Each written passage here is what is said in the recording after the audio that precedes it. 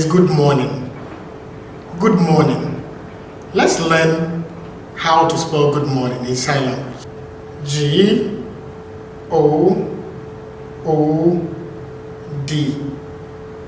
M-O-R-N-I-N-G.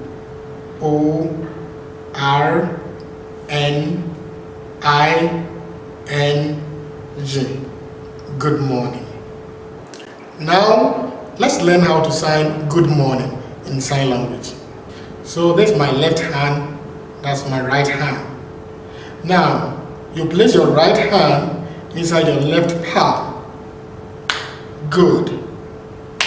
Good. Good. Good. Let's learn how to sign morning. Morning, this morning. Now, in signing morning, you place your left hand inside the elbow of your right arm, like that.